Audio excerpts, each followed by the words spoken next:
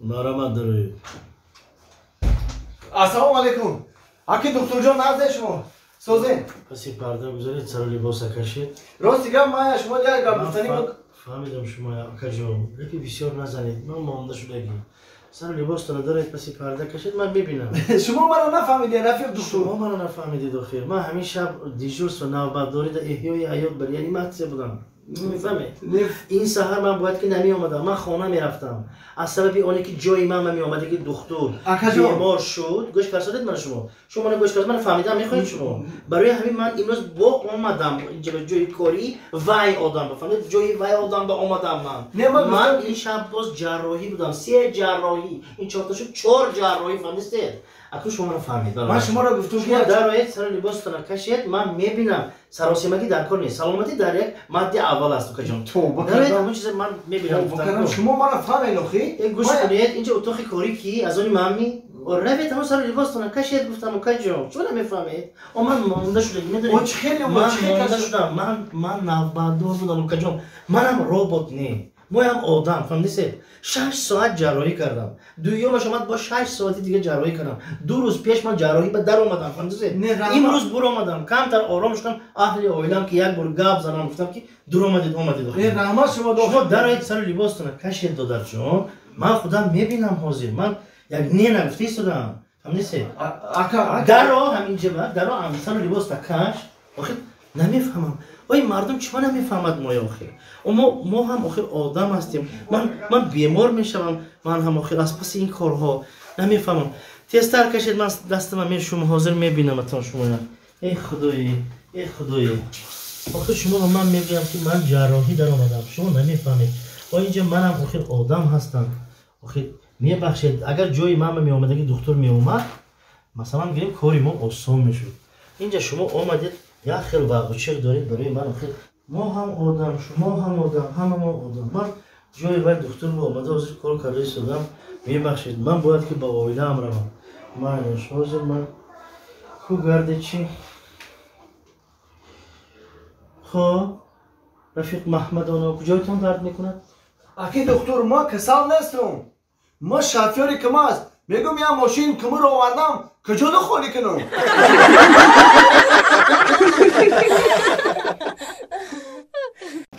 عزیزم راستی گپ همین شما رو در ایستگاه دیدم این حسن جمال شما با من عاشق شدم باور میکنید توبه کردم این دختره که خوشروبی ای دیگه آدم نبود امور بیوی اگر شما خواهید من به شما از آسمان ستاره کنده میارم منش کی میاره وقتی که شب شود ستاره پیدا شود من البته به شما ستاره میارم گرید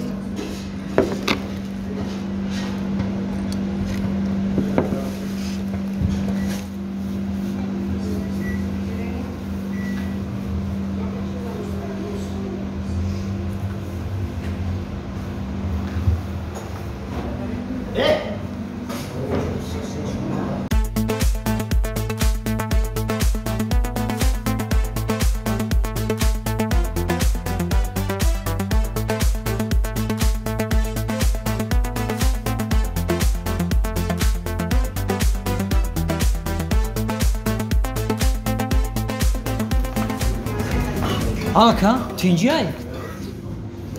یک مردک همونجا خورا خورد و همین حجتاش بیچاره مانده رفت من همین قبور آمدم گفتم نیافتم باید اگر آمدم آنات گپ زنید که صبور جان نام یک مردک همین شما همین قدر کاف نیافت همین حجتای گیری گفته برادر ایره برای جوش نمونه چی با؟ این منیو های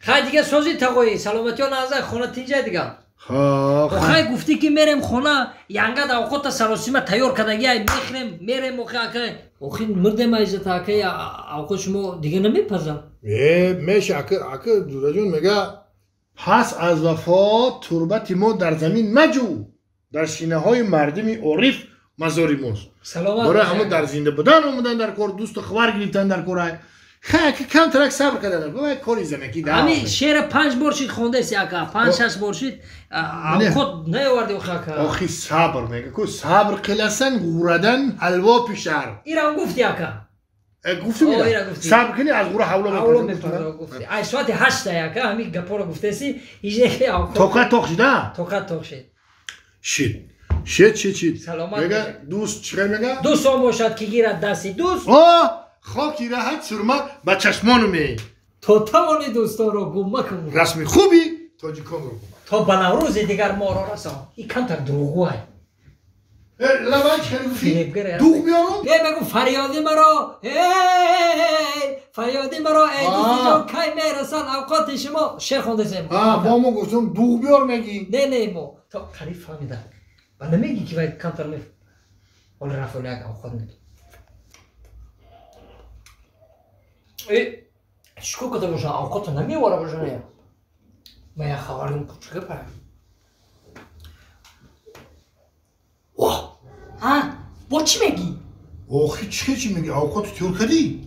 بزاری همین اوقات کنی شیدم باور میکنی؟ بزار این روز مهمون، پگه مهمون، 10 تا مهمون، 5 تا مهمون همین مهمون های تو دیگه جا ندارم بروم فقط خونی ما میایم یک جای دیگه بگی برشونم حاضی همین مهمون ها بروم کو با من خطی تگر میزنم فهمیدی؟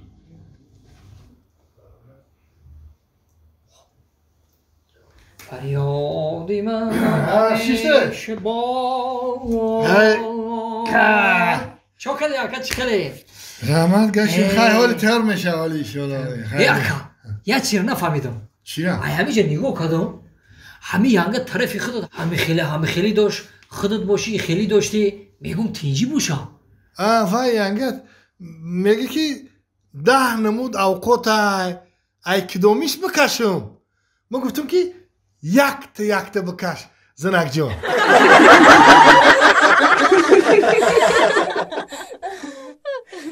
سعدی ما گپی گفتگی من اونجای گفتم ما دیگه کتی گپ نمیزنم منیجا خیلی کورت نکه التماس های آدمای خطا میکنه خطا یک بار میکنی 2 بار میکنی چند بار شده خطا میکنی آخی دیگه ما همه گناهی تو را ببخش فقط خیانت میکنی ما خیلی گم نه آدم خطا میکنه آدم خطا میکنه سعدی گوش که مرا ما دیگه کتی نمیتونم ما ایت جدا میشم فهمیدی ما دیگه نمیتونم کتی ولی همه خیلی ها جدا میشم ولی میری با پشیمان میشی ما پشیمان میشم یا تو خیانت کردی من خیانت نکردم خیلی ما دیگه عصبم نمیبرم بس منیجا ما گفتیستم که خیلی بخشیش دیگه کار نمیشه دیگه تکرار نمیشه ما گفتستم ما گپ نمیزنم کتی ما اونجا بیزار شده که ما کارای تو فهمیدی ما گپ نمیزنم گفتم تمام مرا دیگه نکرد ما گپ نمیزنم منیجا